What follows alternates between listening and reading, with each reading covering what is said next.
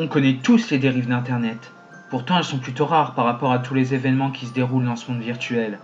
Mais les dérangers sont partout, et donner accès à tout le monde entraîne obligatoirement certains fous à migrer, à devenir des prédateurs du web, une nouvelle sorte de criminalité sujette à bien des penchants morbides.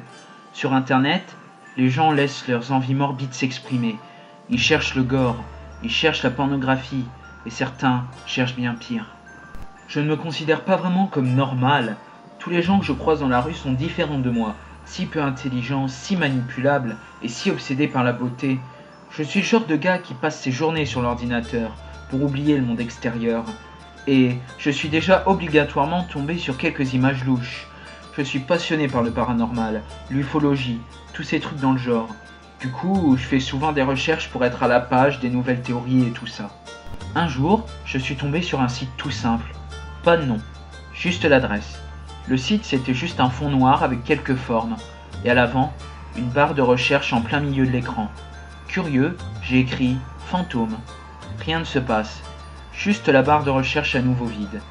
J'ai ensuite écrit « ovni ». Même chose. Alors j'ai fermé la fenêtre et je suis allé regarder 2 ou 3 vidéos. Mais le site occupait toutes mes pensées. Qu'est-ce que ça pouvait être?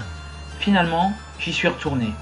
Dans mon historique, il était écrit sous le nom « Un email, une preuve en image ». J'ai alors compris de quoi il s'agissait. J'ai inscrit mon email, la page s'est actualisée et la barre de recherche a disparu pour laisser place à une phrase « Encore une preuve? Partagez ». Je suis allé voir dans ma boîte mail, comme prévu, message de preuve en image.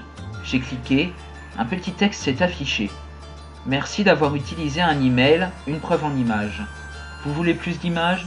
Partagez l'adresse du site avec vos amis. Suivi d'un petit « Cliquez pour télécharger ». J'étais un petit peu craintif. Et si c'était un virus? Ce genre de truc, ça arrive. Et ce mode opératoire, où il faut partager, c'était un bon moyen de la propager. J'ai tout de même téléchargé. Une image s'est téléchargée et je l'ai ouverte. C'était une image de faible qualité, prise avec un portable sûrement. L'angle était étrange, il était pris de travers. Celui qui tenait l'appareil avait pris la photo sous une table avec une longue nappe et avait à moitié passé le téléphone sous celle-ci.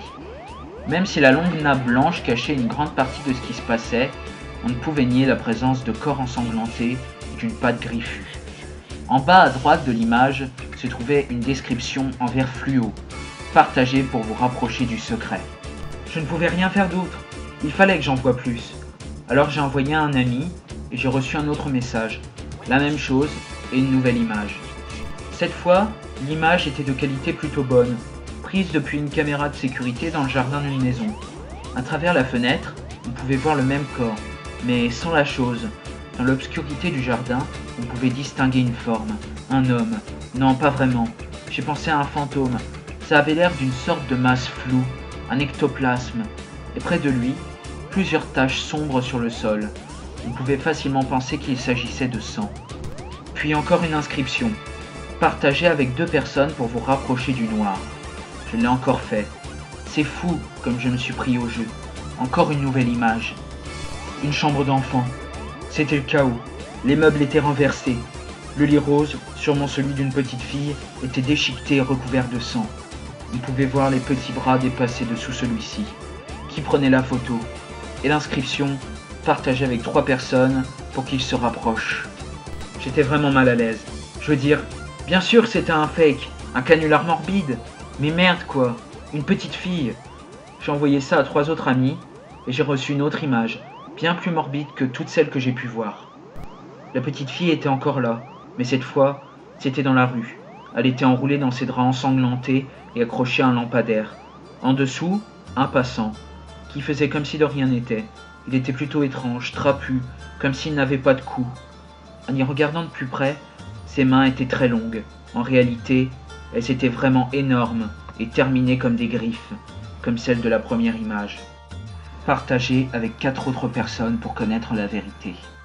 J'étais prêt à le faire quand soudain, j'ai remarqué quelque chose qui me dérangeait vraiment. Je n'avais pas l'habitude de sortir dans la rue la nuit, mais cette rue ressemblait exactement à la mienne, mais tout de même différente. Après avoir envoyé le lien du site à 4 personnes, j'ai reçu l'image. L'homme difforme est en plein écran, dans une demi-obscurité. J'aurais pu croire véritablement à un canular cette fois-ci, mais quelque chose m'en empêchait. Peut-être les poils sur le torse et sur le crâne de la chose, peut-être les agrafes qui gardaient la bouche fermée, brillant comme lors d'un flash d'appareil photo, ou encore la télé allumée en arrière-plan, autant de petits détails qui me faisaient penser que c'était une chose réelle qui était en photo. Encore une inscription cette fois. Ta petite sœur va bien? J'ai été pétrifié. La petite fille déformée par le traitement qu'on lui avait fait subir. Sœur, j'ai sauté sur mon téléphone, j'ai fait le numéro de mon père. Mes parents étaient divorcés et ce week-end, c'était mon père qui la gardait. Personnellement, je ne l'avais jamais aimée et je restais chez ma mère. Personne ne répondait. Oui, quelqu'un avait décroché. J'ai quasiment hurlé en demandant si tout allait bien, mais pas de réponse. Pas à proprement parler. Juste des craquements, des os qui se brisaient et les pleurs d'un homme que je ne connaissais pas. Mon ordinateur rouvrit le site et joua une petite musique. Dessus, il y avait un sondage. Pour revoir le Palman, votez oui. Je ne pouvais pas bouger. Il y avait un décompte. Arrivé à 0, le site se ferma. Mon fond d'écran était la toute dernière image que j'avais reçue. Mon ordinateur était entièrement vide. Il jouait toujours cette petite musique accompagnée du craquement des os et des pleurs du Palman. J'avais envoyé le site à 10 personnes, et s'ils succombaient à cette envie morbide tout comme moi,